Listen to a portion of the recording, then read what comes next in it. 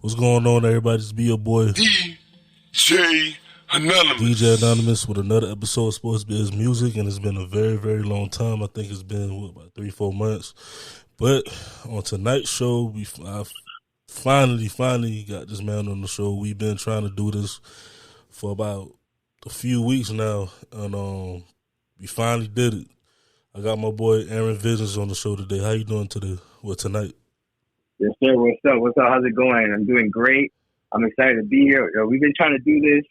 I remember we tried to do it like last year around I don't know, November, October. Yep. And we couldn't figure it out, and then the last couple of weeks it picked back up. But I've been wanting to do a podcast for a while, like even my own. But it's just so I know so much work that goes into it. Yes, so it's dope to be here.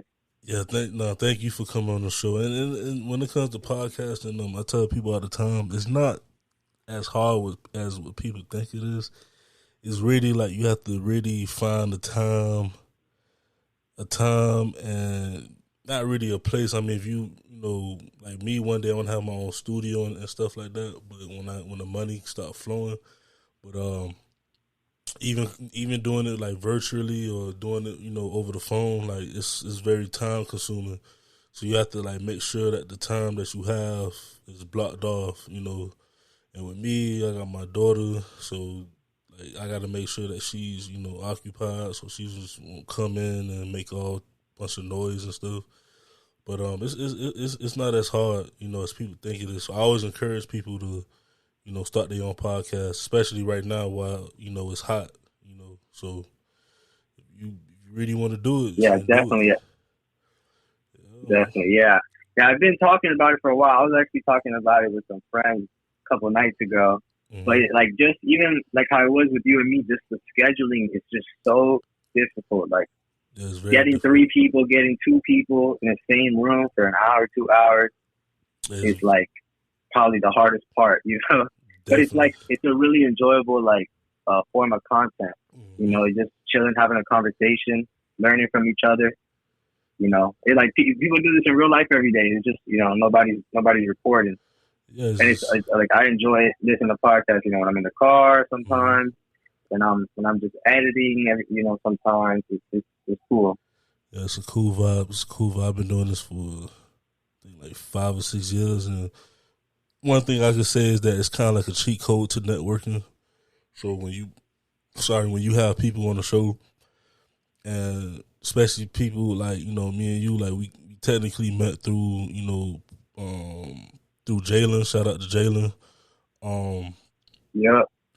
It's kind of like a meetup or a meeting or a conversation for like an hour or two, but we both benefit from it because everybody is gonna listen to the conversation, and it's gonna help both of us, both our brands, both our names in a way, and plus also too, it's to build new relationships as well. So that's why I tell people podcasts, especially interview based podcasts, is still number one, in my opinion. So, but yeah, so 100%. Yes, sir. So before we go into questions and whatnot and deepen the conversation, introduce yourself to the fans, to the listeners. All right. So my name is Aaron. I go by Aaron Visions. I'm a photographer and videographer based in Miami, Florida. I got my first camera in July of 2020, but I would say that I really started to take it seriously and to, start to build a business around like May, June, July of like 2021. So it took about a year. But I tell people like I got really lucky. Like everything fell into place so perfectly for me when I started. And it just kept building and building. And, I really like what I do, so it makes it that much easier, And what made you want to pick up a camera?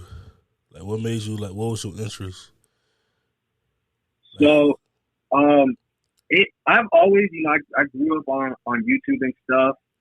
So when I wanted to get a camera, this is a couple months after COVID, and, you're kind of just like afraid of not doing too much.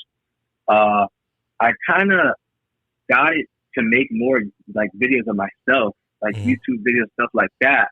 But business side of me was I spent $700 on this camera. Let me just try to make my money back. And that's the thing. So when I started Aaron Visions, like I said, that first year I didn't really have much going for me because I had like the absolute worst mindset towards it. Like I was like, I'm not gonna really put myself out there, which is the little worst thing you could do, and I'm not gonna do anything for free, which again is the absolute worst thing you can do. And the second that started to change, I started to put myself out there, started like, you know, to be like, all right, I'm gonna do stuff for free. And to this day I do stuff for free. It's crazy because like the money is like, and I have this conversation with people all the time, the money in like when you're building your own business is not like the token of like it's not the way that you view success. You think, you know, if you're making money, you're doing good. If you're not making money, you're not doing good. And you know, I don't know, like there's so much more to it, you know. Yeah, I get what you're saying. Because like people was telling me like people used to tell me like, oh, charge for, you know, interview. I said, for what? Like, yeah, exactly. Yeah, there's some of the biggest like paychecks I've gotten. You know, some of the biggest people I've met have happened from like going to things for free. You just meet the right people. You're just in the right room at the right time. So it's really just about putting yourself in those positions, and that's kind of where the, you know, quote unquote luck. Which it is true. I feel like you do need luck to be successful in anything, but it's a lot harder to have luck if you're in your room doing nothing all day. You know what I'm saying? If you're putting yourself out there, you're trying, you know, your chances of getting lucky go up. Yeah, man, that's the truth. Like, everything you just said, that's the truth. Because I remember when I first started DJing, when I was 15 years old, that was my first passion. And I was doing stuff for free for about, I think, the first 4 or 5 years. And then something hit me. I think it was this dude from New York. He was asking me how much I charged for hosting. And, you know, as a business person, as a businessman, businesswoman, you know, entrepreneur in general, you kind of get like a brain fart, meaning that you don't know how much you should charge someone. You know, if you say $50, you be like, that's a little too little. But if you say $450, $300, you be like, I feel like that's too much. So at the time, I was like, I don't know how much to charge and stuff. But now, as I got older, you know, $250, $350, you know, just as far as like just DJing, the DJing part, you know what I'm saying? But yeah, everything you said is the truth. There's no like blueprint, you know, when you start your own business. And it kind of goes back to what I was saying about doing stuff for free. Like, if you're not willing to do stuff for free in the beginning and to like kind of build a foundation and build your brand, it's like significantly harder to get work just because there's so many other people doing the same thing, you know? So you have to get out there, do stuff for free in the beginning to like build those relationships and just have some sort of resume to like, where if you're asking, so how are you going to ask someone for money or to pay you, and like they ask you, you know, can I see some of your work, and you don't even really have a strong resume, right? So you got to, part of it is just grinding it out, building that resume up.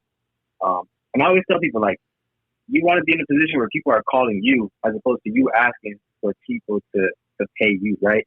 Like if you want me to take pictures for you, hit me up.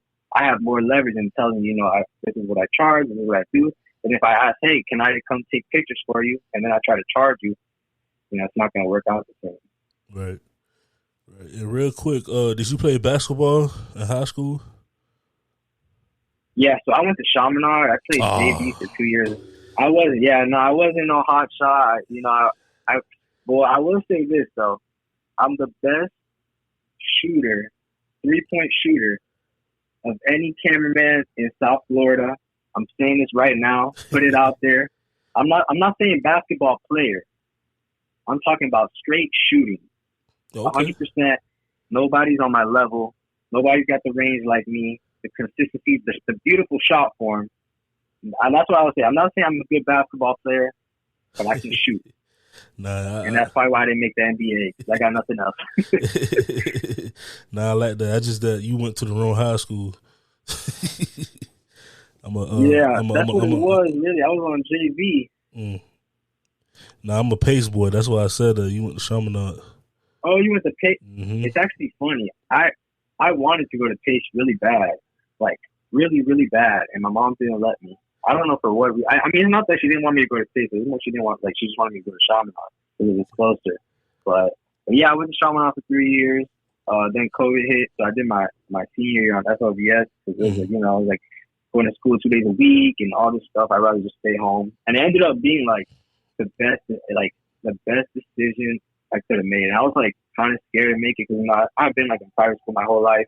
Like a degree from Chaminade is probably worth more than like a degree from Florida virtual school. But when that August came and the school year started, I had so much freedom. Like, they had due dates on the work and stuff, but you really only had to finish before the end of the semester.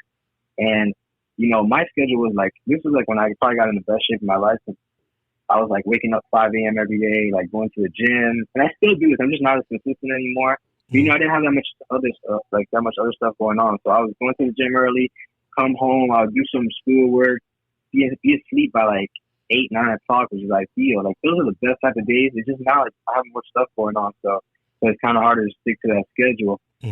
But I remember like the first semester, I was like falling behind and stuff. And I finished like right on the last day, like right before the deadline. I was fine, but I cut it really close.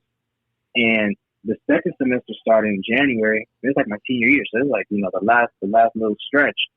And like I said, you only had if stuff would be considered late and stuff, but they weren't taking any points off. You really just had to finish it before the end of the semester. And I felt like behind. I was always in school like really slow to start, but once I got going, I could I'd pick up the slack or whatever. So I had been like 2 or 3 weeks I hadn't turned in any assignments, and I get a group text. it was one of the teachers. Like this is virtual school, so I never met any of these teachers. There was like a random number, me and my dad in the group chat, and it was like, "Hey, Aaron, how are you doing? Are you okay? You haven't been turning in your work." And my dad, he's so strict about school. Like if there's one thing that he cares about, like it's school. And in my head, like I knew I was gonna be fine. Like I always end up like being fine. I wasn't worried that I was gonna fail or anything. But I don't know. I'm like in my own way that like I just take a while to start up. But he like so mad, and when I got that text, I was like, oh my God.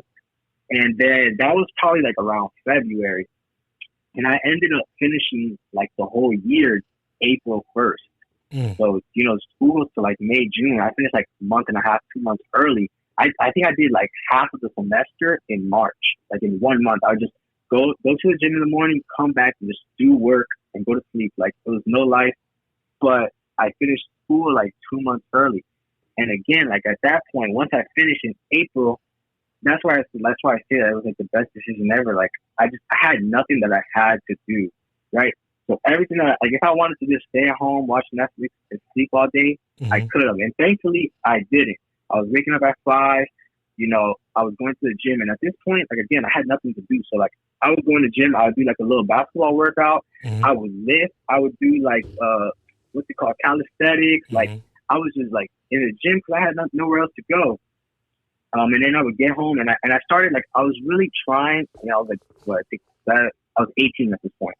Never had a job before, never like had any sort of money. I mean, to my own name that I made myself. And I'm like trying to figure out like how to make money, through the computer. Like just, I really didn't want to get a job. That's really what it came down to. I've always been like that. I don't want to get a job, see like, how we can make it out another way. And I was, watching videos. Most of it was really just watching videos, but I felt like I was like putting in the work, right? Learning about real estate, learning about wholesaling, learning about stocks, Forex, all this stuff. Which, I don't even really use too much today, but I feel like because I was putting all that time and effort into trying to like build something, it goes back to when I was saying that when I started with the camera, damn near a year later, no, my bad, a couple months later, everything fell into place because I feel like I have been putting myself in position to, like I said, get lucky, So, I'm trying to learn all this stuff. It was this website called Prolific. Like a UK-based website. You would take these surveys. There's like a bunch of these survey apps, and a lot of them are like terrible. You make like what's this, but this one was like Monkey somewhat.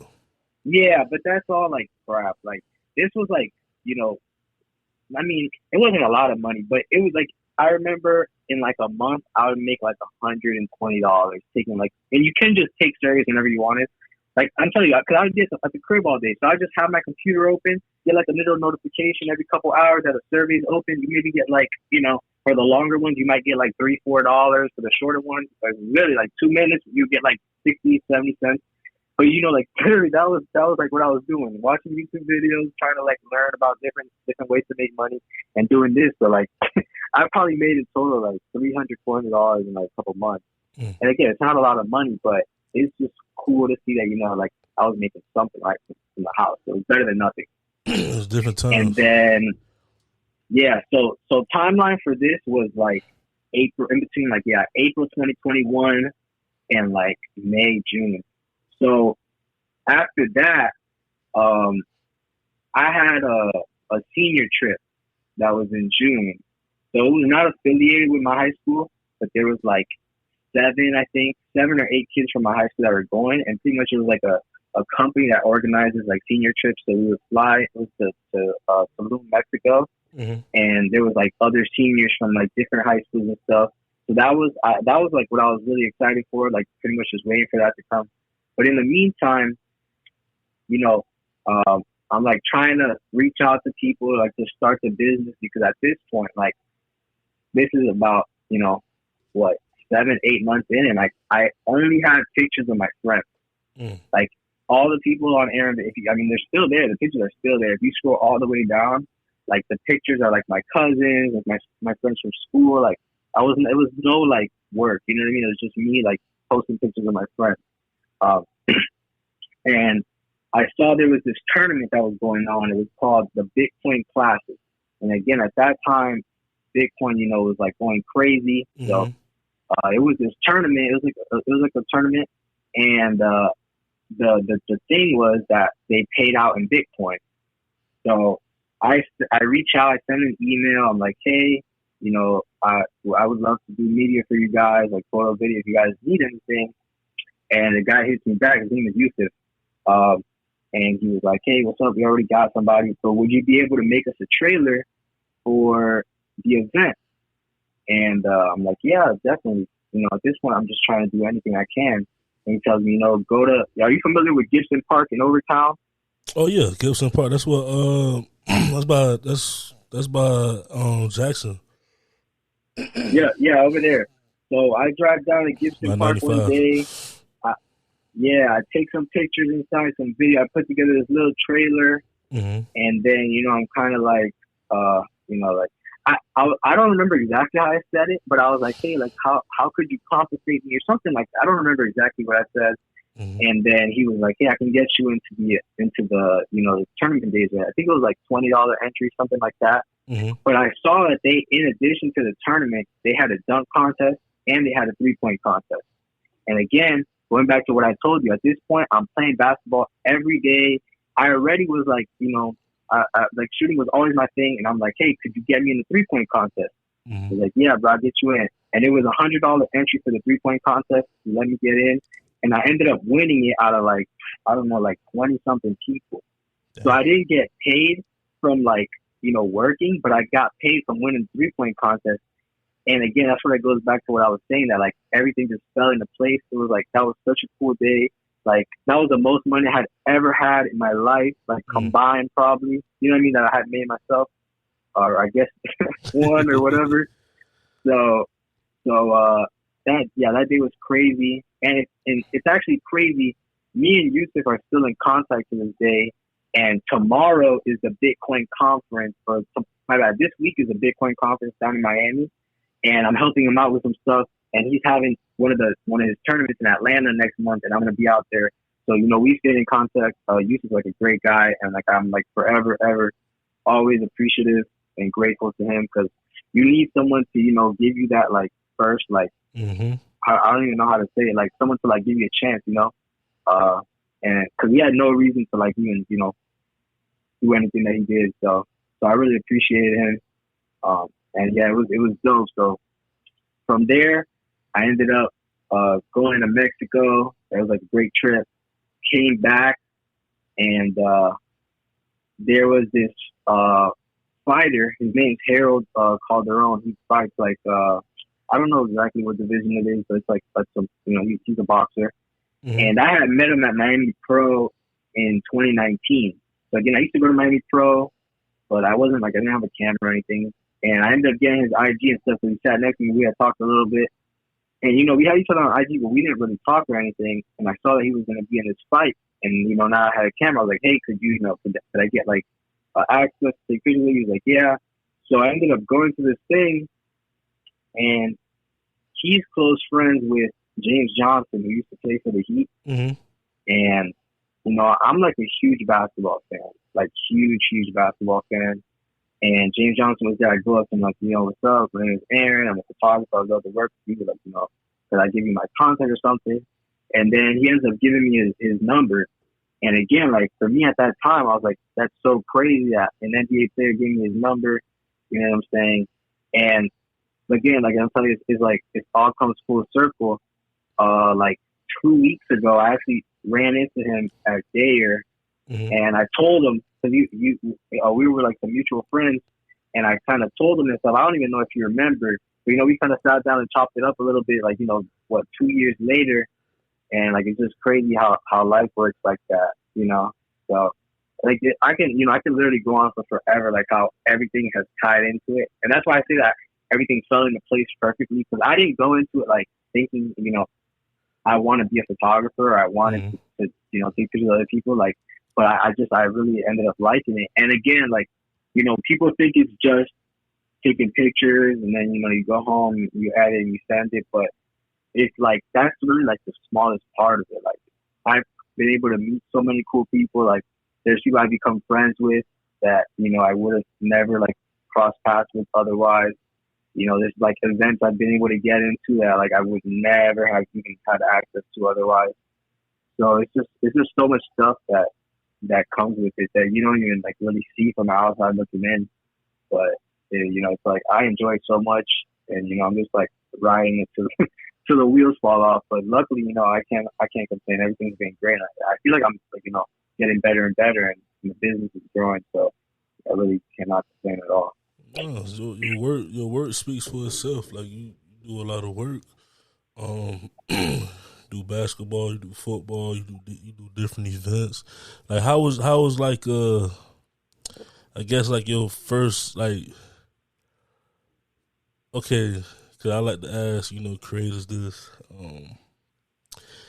Okay, give me your top 5 favorite events you ever done so far. As far as work. Your top 5, I guess, okay, events that you worked at. I'm gonna have to go on my Instagram for this, and scroll through and kind of see. But I don't know if I could give it to you in order, because I you know what I mean. I don't know. I've been I've gotten to do a lot of stuff, but definitely one that I can say that was recent was I got to go to Arizona with All Ball. I'm not sure if you're familiar with All Ball. They're a travel team, and the coach has 2 sons playing 16U. They're 14 and 15. They're really, really good. D1 at level good. And I got to go out there with them. They cover all my expenses and stuff. We stayed in this insane house in Arizona with a basketball court in the back and a pool in the back. Mm-hmm. That was a dope experience. That's what I'm saying. Stuff like that, doesn't really happen, unless, you're doing some sort of business, I don't know how to explain it, but it was dope to be in that position. Let me see. Oh, another one that was really dope was I got to hoop at Odell Beckham Jr. one time. Oh wow! So I actually was there just to go and I was just there to go film. So I had there's this gym called, what is it called? Game Time. Is it called? No, it's not called Game Time. What is it called? Damn, I can't even remember the name right now. Is here or is out of state? Yeah, it's in Hialeah, bro. Oh my god, I'm blanking right now. But so it used to be called Cinco, but they got bought out. So I had, they had been doing some runs there with, I think it was London on the Track had been out there, and a couple other, rappers and stuff.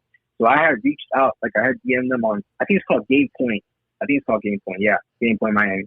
So I had reached out to them on Instagram, and I was like, hey, what's up? If you guys need anything, just let me know, and just send them a DM, and he hit me back, yeah, bro, definitely keep you in the loop. And then, a week or two later, he's like, oh, there's some runs tonight. I think it was like 8 o'clock or something. I don't know. Luckily, this is like not even like probably like 5 minutes from my dad's house. So it's like ideal location. Like I don't mind driving over there because it's really close. Mm-hmm. So I go over there, and this is like, you know, I thought it was gonna be like high level runs, and it's like no offense, like it's, you know what I mean. The guys were cool and all, but it was just like, you know, regular people like just hooping that had run out the gym and stuff. But so I was there. There was like nothing crazy. The runs were like, it was cool, whatever. But I didn't leave or anything. I went home, sent them the pictures, didn't charge them anything. Just I'm trying to build that relationship. And then I don't know, maybe like a week or so later, I'm down in at Unknown. You know Unknown in Wynwood. What's that? The store? The sneaker store with the basketball court in the back. The outdoor basketball court. Yeah, I didn't know they had one in Wynwood. I know they had one. The first one was in Aventura. In Aventura, yeah, but they actually closed that store down. Damn. But yeah, they got the Wynwood one now. It's real nice. So they host like a bunch of events out there. So they had an NBA Top Shot event, and who was it? It was Glenn Rice was out there. So I had gone out there. I had like a couple of NBA Top Shot NFTs, nothing crazy, but just it's cool to collect and stuff. Mm-hmm. So I went over there, and I get a text. He's like, OBJ's coming through at whatever 5, 6, 7. I don't even remember. And I find a lot of people have told me that a lot of people are coming to the run. And a lot of times it doesn't happen. Like, I've heard a lot of names thrown around that are pulling up. And, a lot of times it never happens. So, like, I didn't even really expect it to be true. And I'm, like, really close to just, like, not even going. Because I was in Wynwood. I would have to drive to Hialeah. It was just out the way and all that. Mm-hmm. I just decided to go. People don't know about Miami. Dade County is spread out. So, yeah, it's, like, probably, like, a 30-minute drive. And, with the traffic and stuff, probably even more, So, whatever. I'm like, let's just go, you know what I mean? I would have hated to have not gone, and then I would have missed it and all that. So I go over there, I'm just hanging out, shooting around. That's normally what I do when I show up, because I'm normally, one of the first ones there. I just shoot around, waiting for everyone to start hooping. So I'm shooting around and stuff. Odell walks in, says what's up and everything, and they needed one more. I wasn't gonna play, like, I wasn't even gonna ask actually. Mm-hmm. And they needed one more, and there's some people over there that I'm cool with, and they know that I hoop. So I ended up I had shoes in the trunk, so I went to my car, got the shoe, and I ended up playing. So that was definitely a super dope experience. We even guard each other, like not the whole game, but a couple possessions. So that was definitely a crazy experience. That people were like telling me about, like months later, yo, you hoop with Odell? Like, it's crazy. And another similar story, which this isn't really I guess it is. So this is like way back. This is, I would say, October 2021. This is like right when I had started. I bought shirts with the Aaron Visions logo on them. I bought 100 shirts. They were black, just the Aaron Visions logo on them. And I had just gotten these shirts. I need to get one, by the way. Yes, bro. I'll get one over to you for sure. I'm gonna get your info after this. All right. Definitely send on your way, or pull up on you. We'll figure something out. Yeah, we can meet up. So yeah, so I had just gotten these shirts. What would you say? No, I'm saying we could meet up somewhere sometime, either this week or next week, whenever you're free. Definitely. So yeah, so I had just gotten these shirts. Like, I had 2 big boxes of just shirts in the trunk. Like, I hadn't even taken them out the trunk yet. I think it had been like 2 days since I got them. Nobody had these yet. I had one. I had given some to like some family members. Maybe I had sold like 1 or 2. I don't remember at the time, but like nobody had gotten them. So I get invited to these runs, and it was like at 9, 10 o'clock. And I'm like, again, so damn close to not going, because it was at Gibson Park, so that's like 20-25-minute drive. Right. And I'm like thinking about not going, and I'm like, you know what, let's just go, whatever. So I end up going over there, the same thing. I'm shooting around, and Sway Lee and his crew walks in. So I had never like met him, but I had seen him before at Miami Pro, and I think I even took a picture with him. This was like a month before.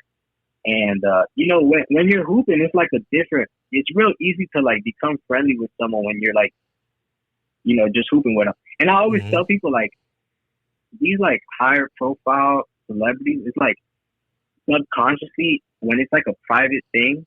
When I was probably like the only person like he hadn't met before in that whole gym. It was like 20 people. You know what I mean? So like like I feel like, you know, like athletes and celebrities and stuff, they're like more laid back in situations like that than if you just are, you know, out on the street and there's like 50 people trying to get a picture, right? Right. So, you know, we were talking and stuff. We were like just shooting. Yeah, exactly. That's what I'm saying. Just regular people, just super talented, you know, at something. So yeah, so, you know, we're kind of shooting around for a little bit, chopping it up, just really basic, like, you know, what's up, you be hooping and stuff like that, whatever. And, you know, I was just taking pictures that night. We were there like probably 3 hours, right? But it's like 20 people in there, a bunch of people hooping. And I'm like, yo, you know, can I get you one of my shirts? And he's like, yeah, bro, for sure. So once we get outside, I pulled my car up to the front and, you know, I gave him the shirt. And then, like, you know, someone else on his crew asked, so I'm like, I'm not going to say no. So I ended up giving like probably like 6, 7 shirts out to like all, you know, all the people he was with and stuff, which is cool. Cause, you know, I'm like, to this day, I'm cool with most of them. So, you know, I didn't think nothing of it. Gave him the shirt. It was cool. I didn't even get a picture of him holding it up. You know, it's like I gave it to him, but I didn't want to ask. Cause normally what I would do is like, I would ask like, you know, the people, they're like my friends and stuff. I would just ask them, you know, can you hold up the shirt, and I'll take a picture, put it on IG and stuff to kind of promote. I didn't even ask that, you know, I didn't want to, you know, whatever. So like a week goes by maybe, or a week or two goes by, and I go on one of his friends' live, and he was wearing a shirt. And I'm like, damn, like, you know what I mean? Like, I was like, that's crazy. Bro, then like maybe I had been like a month had passed from that. Right. And I go on IG and I look at Sway Lee's story, and he was wearing my shirt in like 3 different story posts. Damn. And I was like, bro, what the hell? You know what I'm saying? Like, I was like, yo, that is so crazy. And it shouldn't be this way, but it really is, if I'm being honest. That was like the switch that flipped, that like all the people that knew me and knew I had a camera, but were like, what is this nerd doing taking pictures? All that instantly turned into like, oh, damn, Aaron's like really taking pictures now. Like, Aaron's quote unquote official. Like, in so many people's eyes, like, that's what made me, like, you know, be, you know, like, for real, you know. And it shouldn't be that way. You know, you shouldn't need the validation of somebody else. Yeah, but I remember, like, it wasn't even off of his supporters. Mm-hmm. Like, it wasn't like he tagged me and, like, I got a bunch of followers from that, like, at all. It wasn't like that at all. But a bunch of people that I knew started hitting me up. No, bro, when we gonna do pictures? Like, yo, you know Sway Lee? Like, bro, people still to this day, like, think I'm, like, best friends with him. Like, you know what I'm saying? It's like, oh, like, social media is fake, bro. You know? So, but I remember I ended up, like, in the next day, I sold, like, 7, 8 shirts just because of that. You know what I mean? And it's crazy, like, how, like, you know, people react to stuff like that because it's not real life. But I remember that was also like a crazy experience. And again, that was like very early on. Mm-hmm. So like that was one of those things like, you know, you just get these like little confidence boosts. And, you know, I mean, now I'm at a point where, you know, I already know that I like, you know, I enjoy doing this. But, you know, especially in the beginning, like when, you know, it's like stuff is not really, not that it wasn't going my way, but like, just like, damn, am I putting, like, what am I putting in all this work for? You know what I'm saying? Like, could I be using this energy and other things, right? But stuff like that just like, kind of reignites the flame.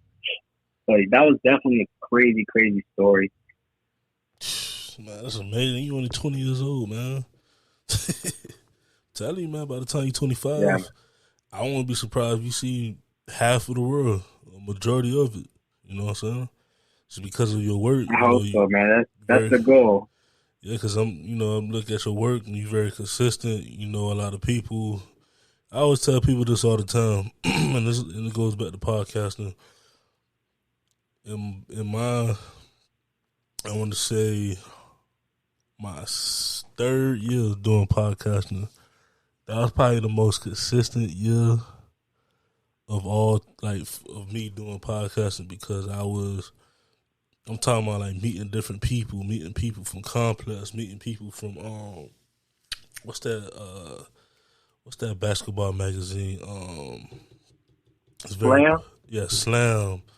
Meeting people from all over, talking to people from Tidal and stuff, like not big, like not the celebrities and stuff, but I mean, I did, interview a couple celebrities that's like, they not like the Beyonces and the Jays and the OBJs and all that, but they, they well known. And I always tell people, Yeah. whenever you're a creator, whether you're a podcaster, or you take photos, you do film, you're a blogger, you do marketing, whatever you DJing, whatever you love to do, be consistent. Because I've seen it before. I had to stop because real life happened, but being consistent, and especially, you gonna have your days like, damn, like, am I gonna make it yet? But then when you so consistent and you just put in the work, you don't really think about that. And then you look back, you be like, damn, I met so many people, and like slowly but surely, people started to hit me up instead of, because me, I always reach out to people, for my show. I'm hungry. Like I'm pretty sure thousands of people know who I am only just because I stay DMing them and stuff like that. But that's the hunger I have and the passion I have for this, And by you, what you doing now, you never know. Like right now, it's the grind. You met so many people, you still grinding, but a few months from now, you could probably get contracts from, bigger like networks and stuff just for you to come in, take some photos, do this, do that, do some film work. Like the sky the limit, especially in this generation where, we have social media and everybody's in the easier reach, 'Cause for me, I'm old, 31 years, well, I'm young, but I'm older than you. I'm in a different generation. I'm 31 years old. And back in my day, we had internet, but social media really started to boom probably like when I was in the end of my high school. Well, we had MySpace back in the day, but it wasn't like Facebook, Twitter. The Twitter came around, I think my junior year, but it got big like when I was in college. So I was like 18, 19 years old. So having social media, and I tell people this all the time, that use it as a tool, not as a how you call it, like how you said earlier, people just sit down, sit at home, don't do nothing. They just just put yourself in position. Yeah, like don't let social media do that to you. Don't. I mean, you can have your fun, look at photos, look at stuff, interact with people, as far as like old friends or whatever. But let social media be your tool. Even like me, I never imagined 1,000 years I use TikTok. TikTok I only use it to really promote my podcast, but I've seen that TikTok is more. It has more traffic coming in than all the other social media sites. But anyway, like for everybody that's listening, and I always tell this all the time, you a perfect example. You young, you just be consistent. That's all it is. Be consistent, and you gonna see. Yeah, and the other thing that I always try to tell my friends and stuff is like, right now is like the most like time that you'll have. So, like I'm sure you can attest to this. You get a kid, it becomes a lot harder to take those risks. I was 20 again. If you don't, if you're not living, I'm lucky. I live in my parents' house still. Like, I don't have that. I have my expenses like that I got to pay for, but I don't have to pay rent or nothing. Mm-hmm. So just try to take advantage of that as much as I can. So when that day does come, at least I'm in a position. The goal is, to be in a position where I can pay for my own rent. By the time that day comes, and I don't have to get a job. That's it. Like, I mean, this is a job though. It's not like it's not work, but I think I enjoy putting in the work and the long hours and the sleep and the nights that you don't sleep, or you go to sleep at 8, 9 o'clock in the morning. Yep. For me, you know what I'm saying? And not doing this for somebody else to make money and for me to get broken off a little piece, But it's hard, right? Like, because there's no guarantees, like, at all. Like, there's been times where, I've made what I made the month before in like a week. You know what I'm saying? And it's like, bro, what is going on? And like, I have times where I'm like, damn, is it like getting slow? And then, a week or two will go by and it's like, oh, well, actually, I have no time. I have no more slots open. So it just is up and down. That's the difference. You just gotta be able to kind of like roll with it. But like I said, it's a lot easier for me to do it with no family, with no like other responsibilities other than myself. Right. So that's why I'm trying to just take advantage of it right now while I can. No, it's I tell people this all the time. Like I said it earlier. It's about having time, and even with DJing. Quick story, real quick, because I want to talk about the everything that's going on with basketball. 18 when I was 17, 18, I used to do mixtapes and stuff because that was the era, back in them days, like, from like 04 to like 2000, I want to say 13ish. That's when mixtapes now it's having a comeback. But before streaming and everything, you had mixtapes, and I used to always be consistent, but also I always used to hit up different artists, like how you do with different people. You just tell them like, hey, I do this for you, blah blah blah, do it for free, and it's consistent, and that's all it is. You got to just be consistent. Like I know a couple of people that just write, just to write. I'm like, just create a blog website. Be consistent. I mean, the people that love like reading, even though we live in a world where, you have music, you have streaming, you still got live TV, especially with the sports. You got radio, you got all these distractions, but people still love to read. At the end of the day, it don't matter if it's 30 minutes to an hour. People read all the time. People, even when they be on their phones, they still read something. So, I would tell them to be consistent. But real quick, you say you're a big basketball fan. Are you a Heat fan or who's your favorite team? Oh, okay. Had to make sure. I'm the biggest Heat fan. Okay. Okay. Had to make sure. All my friends, if any of my friends are watching this, and people that know me personally, most people don't know this, but on my Snapchat, every time the Heat win in the playoffs, I don't do this in the regular season. Mm-hmm. I'll post like 20, 30 different memes on my. I don't really use Snapchat anymore, but every time that the Heat win, I post like 30 different memes. And I had some Knicks fans on there. I had a couple Bucks fans that were really mad. I love trolling the people when the Heat win. And this is the year, by the way. This is the year. We're taking it all this year. No, it is. No doubt. It's definitely, yeah. And it's crazy because we came in the season and we was like, all right, these boys lost 7 games to the Celtics. We should come out hot, dominate folk. But we had a slow start, injuries, inconsistent. People were saying we should trade this player. Pat Riley falling asleep during the trade deadline. I mean, we did make a couple good moves. I feel like the Kevin Love sign was good, and the what's his name? The Zeller. Yeah, he was. Cody Zeller. Yeah, he was a good pickup too, because when we picked him up, people was like, why we pick him up? I'm like, bro, that's a good signing. Like, Zeller, even in his younger days, he was a scrappy big man. Like, he could score when he want to.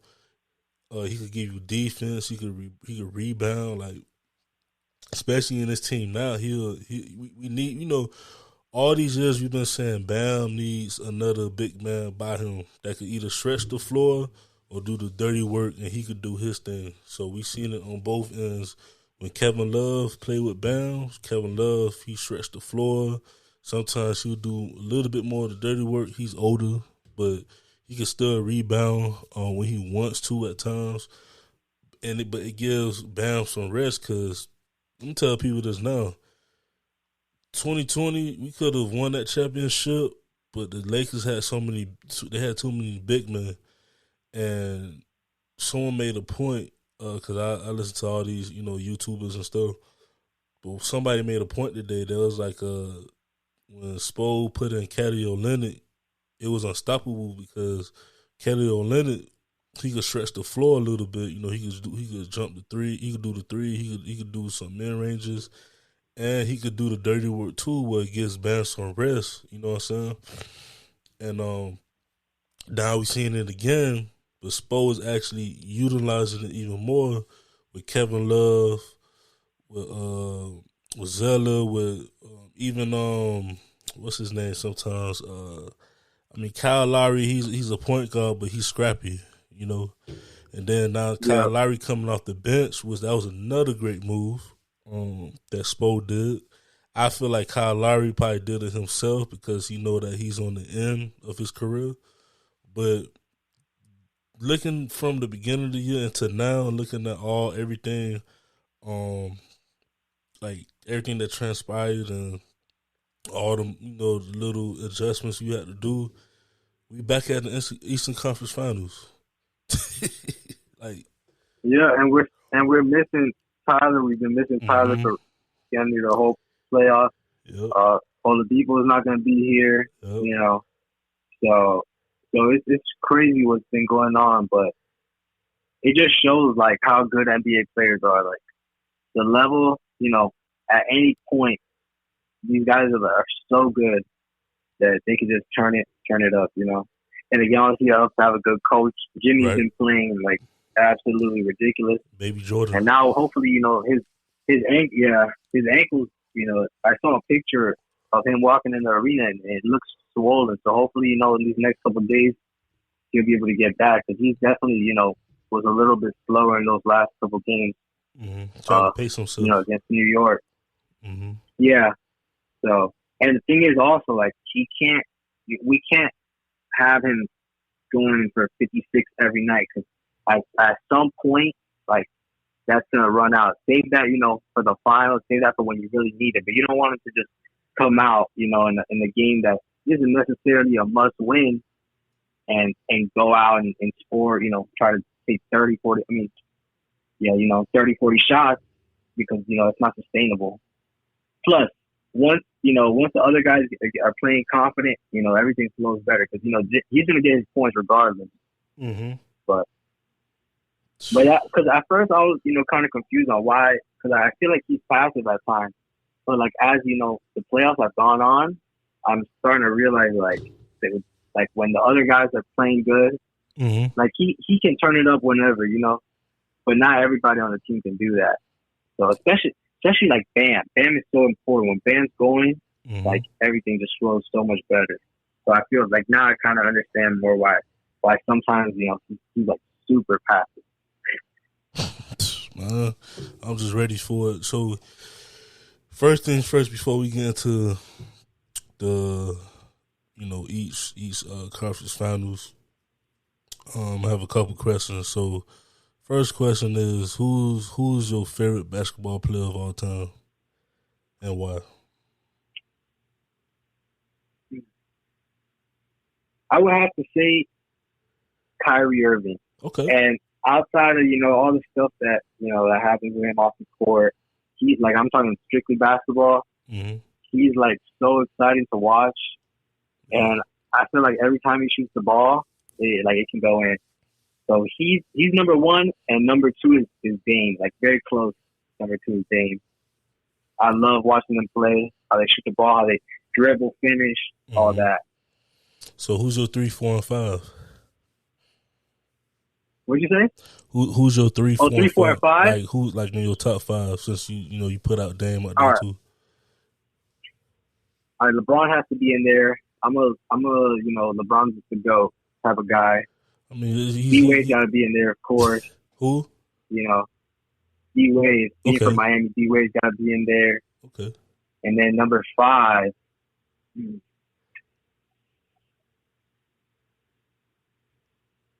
trying to think.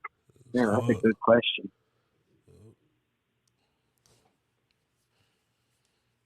I'm not sure. There's like a couple guys I said. I'm gonna say Jimmy, but Jimmy's like just because of recency bias. But yeah, I think that's a solid 5. Okay. That's not bad actually. Kyrie's a showman. Kyrie got the best handles. To me, probably got the best handles of all time. of all time, Just what he hands does. down. Because I'm a Curry guy, but when it comes to handles, Kyrie got it hands down. Like his package is, I never seen nothing like that before. Just even with off the ball, like it's amazing. Like it's everything. He's just a magician. Dame Dollar, to me, he's one of the most underrated players of all time. When people talk about Steph with the shooting, of course, he's still the GOAT for that. But Dame is up there. Dame could shoot it from the logo if he wanted to. Like he just don't care. Hopefully we could get him in the off season. Anyway, then LeBron's LeBron. He ain't my GOAT, but he's the greatest of this era. He's top 2, top 3 of all time. The man, he do everything. 38 years old, doing everything he's doing now. You can't deny that. Like then you talk about who else you said? You said D Wade and D Jimmy. Wade. D Wade is D Wade. D Wade's in my top 5 of all time. I remember I had the shoes when he was with Converse, and when they won a championship in '06. To me, people need to talk more about that championship run, because that championship run, he was 24 years old. Shaq was still kind of Shaq, but Shaq wasn't prime Shaq. Shaq wasn't the dominant force like he was the year prior. Because the year prior, like '05, when we lost to the Pistons, that was probably to me like Shaq's last year as being like a true dominant center. Even though he had great years after that, but if we being real, like that was his last, yes, like the diesel, like, you know what I'm saying? '06 Wade, Yeah. that was the most, like, I can still remember that, championship run to this day. And then Jimmy Butler. I tell people this all the time. Of course, we all, especially as Heat fans, we all seen Jimmy Butler's growth because of the rivalries we had with the Bulls. And just still following him. I remember when he got traded to the Timberwolves, we all knew about the story because they actually been talking about it as of late with Cat and all of them with the third stringers telling him y'all suck and stuff. 'Cause I beat you with third stringers, and then him going to Philadelphia. They chose Tobias Harris over him, and then he come to us, and it's just like a match made in heaven. I wish it happened more sooner. And this man, like I tell people all the time, I'm like, yes, Jimmy Butler is older. He's 33 years old, but I can't disrespect the man. Say he's still a third or second, option player on the championship team. This man by himself, not by himself, but like, you get what I'm saying? Like, when people think about he's been a guy. Yes, like when people think of the Warriors, they think about Steph. When they think about, the Cavs, they think about LeBron. The old Heat, they think about Wade. Like what Jimmy Butler is doing, especially we have I think we got about like 7 or 8 undrafted players, right? That's on the team. Yeah, I think it's 8. Yeah, 8, and it's just like, bro, like you a second or third, or some people call him a fourth option. They not doing that. Chris Middleton is not doing that. Klay Thompson is not doing that. C.J. McCollum is not doing that. Tobias Harris is not doing that. Who is a second or third or fourth option? AD not doing that. I don't care what nobody say. Like, this man is about to go to we will go to the finals and win this year. And if he does that, and when he do it, I don't want to hear nothing about nothing. Like, Jimmy Butler is him. Himmy Butler. So I like that top 5. It's interesting. I like it though. And it's different too. And you even see there's a lot of regular season players or players that are hoopers, but they don't got that clutch gene. Mm-hmm. Perfect example, James Harden. And I love James Harden. Mm-hmm. But you look at what he did, 9 points in an elimination game. And it's not the first time he's done it. You know what I'm saying? You go to the other conference, you look at Booker, who had 40, 50 points, whatever, shooting 70%, 80%. And in the game that they had to win, what did he shoot? 30%? Not non-factor. They got blown out. So it kind of shows. And if you look at Jimmy, you know what I'm saying? The 56-point game was a must-win game. When we were down, and he hit that layup off the alley-oop, off the inbounds to tie the game up. You know what I mean? Those shots he had to make. When he has to make his shots, he makes them. So even if the stats don't show it, when you compare him to other guys, like if you're using the eyes and you're looking at the clock and what has to happen, how important it is to the outcome of the game. Mm-hmm. Yeah, he has more of an impact. It's him, man. It's him. So speaking of Jimmy Butler, LeBron, let's talk about the Joker, Tatum. Let's talk about the conference finals. Who do you have? I mean, of course you got the Heat, but I want to know, who do you have in each conference and why? And then who do you have winning the whole thing and why? All right, so in the East, I got my Heat. Mm-hmm. I'm always have my. I mean, I really do think they can win. Me too. But even if I didn't think they could, I'd still say the Heat. But I think we beat this team before. Last year we were right there, a jump shot away from the finals, and I just feel like we're so locked in right now. I think it was a really a red flag kind of that game that what's it called, the series with Philadelphia won 7 games. Mm-hmm. It did. Because I feel in my head it's if we would have played Philadelphia, we're getting them out of there fast. So the fact that they went to 7 with Philly, that I think, it's not even. I think that Philly's not even better than the Bucks. I don't think so. So I think that's a good sign for us. Now going over to the Western Conference is so tricky because you don't want to bet on LeBron, So on the Lakers side, they're playing great basketball right now. They completely flipped the whole season around. Mm-hmm. Like I said, I'm a huge LeBron fan. So if there's a team that I want to win, if the Heat lose, the team that I want to win is the Lakers because I want LeBron to get that 5th ring. Mm-hmm. But they're playing really good right now. The thing is, on the other side, Denver is it's kind of it feels like they're due for a championship. That team is built so perfectly. Jamal Murray doesn't even get talked about. Jamal Murray is a dog. Aaron Gordon is so underrated. Obviously, they got Jokic with that. I'm not even going to mention him because, everybody knows what he does. They got, it's just little things they got, they got KCP coming off the bench, just little things like that. They have a deep bench. Their coach is great. Michael Porter Jr., who's actually one of my favorite players in the NBA too, because I used to watch him in high school and I love how he plays. He just shoots the ball every time. I love offense. Mm-hmm. But I still think, like I said, I can't bet against LeBron. I think the Lakers are going to get it done. And I think it's going to be a rematch of 2020. Now, in the finals, I don't know. It's that's such a hard decision. And again, I'm looking at it, because I'm going to tell you the Heat, but logically, it just comes down to one, if we have Tyler back, I think that's super important. I think we can get through Boston without Tyler, or getting him at game 5, 6. But Los Angeles is going to be a lot harder to get through without the offense of Tyler. Mm-hmm. And then it kind of just comes down to those role players.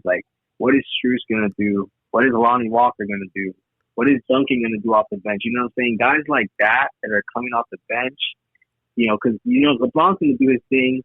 AD is so inconsistent, but he kind of gets canceled out by Bam, because Bam, stats-wise, is kind of like AD in the sense that he can have a really good game and then he can kind of not do his thing one game. You know what I mean? And then Jimmy Butler and LeBron are kind of on the same thing that, you're not worried about them doing their part. So it really comes down to, the Strus, to Austin Reeves, to guys like that, they're going to need to put in their 15, 20 in that specific game for them to win that game, right? And it kind of just comes down to that. I'm going to go with the Heat.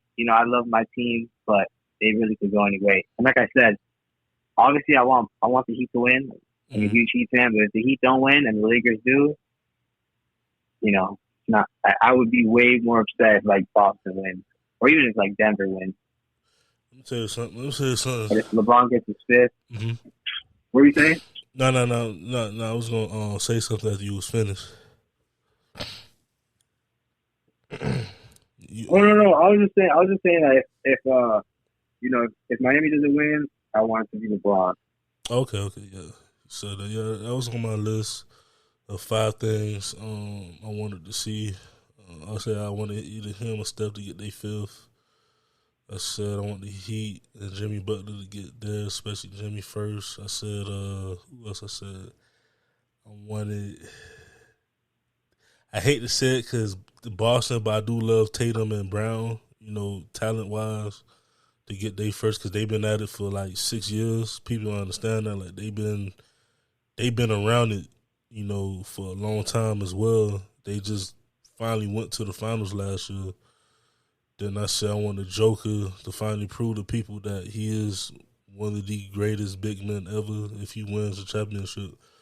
But last summer, I told somebody, I told my homeboys, I told them I won't be surprised if the Lakers go to, at least to the Western Conference Finals, a possibility to win because, NBA is crazy. There's a few things I ain't see that was going to come. I ain't know that whole thing that happened with Draymond and Poole, with all that, because to me, I feel like that messed up the whole season. The injuries throughout the whole year, that trade the Lakers made was crazy. But one team I said, even before the playoffs, I said I want my Heat to win, if not the Warriors to win, or maybe even the Lakers or whatnot. But the one team that intrigues me the most is the Nuggets. Like, they have the best team in the whole league, like, as far as, like, depth. Like, and I feel like this series, what's as crazy, is going to be my favorite kind of, because we all know what we're going to expect from the Heat and the Heat and the Celtics. It's going to be a classic. But Denver and the Lakers, everybody keeps saying, the Lakers going to beat them and stuff because, they did it last time. But I'm like, that was 2-3 years ago. The Joker he got better with his post game. Jamal Murray, was he hurt? He was hurt, right? Yeah, that's the other thing. Yeah, he had been hurt one of the years. Michael Porter has a bunch of injuries that he had gone through. And they ain't have so now they're like finally healthy. Yeah. Finally healthy. And then with the additions with Aaron Gordon, with Shannon Brown, with KCP, the boy from Braun, the boy from Kansas that killed us last year with the Hurricanes, like, them boys, like, I look at their roster, think about it, they got Reggie Jackson. Reggie Jackson could give you 15 a night, but he's like the last man on the bench almost, or he's like the 12th man. But this team is scary, and I was saying it for like since the All-Star break, when I really started paying attention to the Nuggets. I said, I don't know, because it was a time when they wasn't winning as much. Because I feel like that's why the Joker lost the MVP race. I just felt like they were trying to save their energy for the playoffs because they had an ultimate goal in their mind. And just watching them against, in the first round, of course with the Timberwolves, like how Joker just went up against Rudy and Cap, and then in the second round with the Suns, like he just dominated Ayton. But then you think about the role players that they got and the players they got off the bench. Like, that team is scary. It's like I would rather play the Lakers like than the final Denver. Form. Yeah, I would rather play the Lakers than Denver. Like, 'cause it's crazy. Like, you got Aaron Gordon. Denver's got everything. Everything. Like, this should be their year to win it. In all honesty, like, being unbiased, this should be their year to win it. Just the way they constructed the team for the last couple of years. It's like they was ready for, because even when they were saying like, oh, they better hope the Lakers win because the Warriors could beat them. I said, I don't even think that. I think the Nuggets, they are so built as a team. They could go big when they want to. They could go small. They could go medium. They could play wings. They could play like it's too much. It's too much in my opinion. But we'll see. Can't double because they got shooters. Yes, that's another problem. You can't double Jokic. Can't double Jamal Murray. You can't double anybody. So you got to go 1-on-1. They can space the floor. All their starting five can shoot. Mm-hmm. So if as a big man, you can get him out the paint. Which is probably what they're going to end up doing with AD, is spreading the floor, get him out the paint. Because he's a great defender. And that's why I want to look at more that matchup, because Joker, we all know Joker on defense. He played defense when he want to. I've seen him when he want to play defense, but most of the time his defense is not, is not there compared to ADs, the Embiids, just comparing to the big men. Even Bam got way better defense than him, but the Joker is just offensively. I want to see that matchup because AD haven't faced nobody yet at that peak with a big man that could not only pass, he could go down low, he could shoot the three, he could shoot the mid range, he could do everything. He could drive, he could do all this stuff. So I think that's gonna be my favorite matchup, to watch. And I told people before, AD is gonna be the sole reason if the Lakers win it or lose it, this year. I've been saying it for the last couple of years. Because LeBron is LeBron, but he's still great. He still put up numbers, but in all reality, once AD does great, the Lakers, they look different. They look scary. So, we'll see, though. We'll see. We'll definitely see. Yeah, it's going to be a good series, for sure. For sure. So, I have two more questions for you before we end it. The first question is, where you see yourself 5 to 10 years from now? 10 years? Yeah, 5. It could be 5 or 10. 5? All right. So, when I really, like I said, when I first started, when we first started talking, I originally got the camera to make videos of myself. Mm-hmm. So what I'm trying to do now slowly, and it's hard because Aaron Business what pays my bills and stuff. Mm-hmm. But I'm trying to transition to making travel content of myself, travel vlogging and stuff. That's my end goal, my dream. I would love to just be able to travel and just document my life, and put it on YouTube or do whatever and just put it on the internet. And I already do it, I just don't get paid for it. But I would love to be able to monetize that, and not specifically limit myself to just traveling, but just doing cool stuff trying different food, going to different hotels, different climates, different cultures, just stuff like that. I really got into traveling once COVID started, which is funny because, when I really got into traveling and started watching travel videos was when we couldn't even leave the house, because before I didn't really care for it. But I want to explore as much of the world as I can and document it. I think it's so cool. The videos and pictures of my parents are very few and far between, if any, right? I don't even think I have seen videos of my parents when they were young. There's pictures here and there, but my kids and my grandkids and my bloodline is gonna be able to see me throughout as I grew. I have so much footage of myself, starting from when I got a camera, right? I was 18, 19. So I just want to continue that, take a lot of pictures, take a lot of videos, and just have a lot of experiences. When I was growing up, I always thought, I wanted to make a lot of money, and I do. I'm not saying that I don't, but I now as I've gotten a little older, I should I kind of shifted.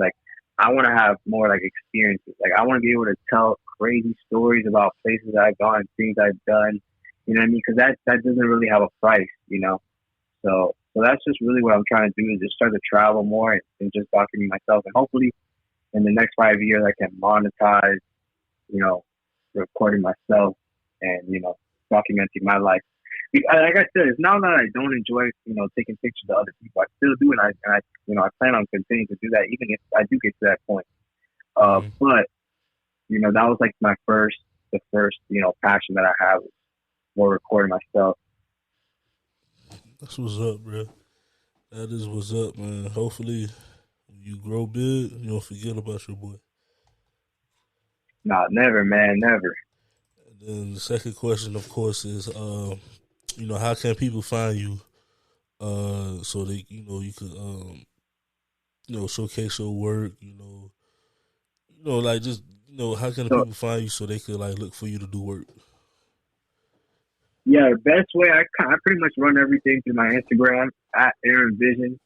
The same thing on TikTok, YouTube, all the socials. I got, you know, best way to contact me is probably just through DM. I think my phone number's on there, so send me a text, DM. You know, pretty much all the work I've done is on my Instagram profile. Go through my tag photos, you know, go through my posts. You know, I have like a real references tab if you want to see work I've done for other people. And yeah, let's get something done. Man, that's what's up, man. And then what you have any like shout outs and anything? Yeah, no. First, I want to thank you for having me. You know, I appreciate you taking the time out your day.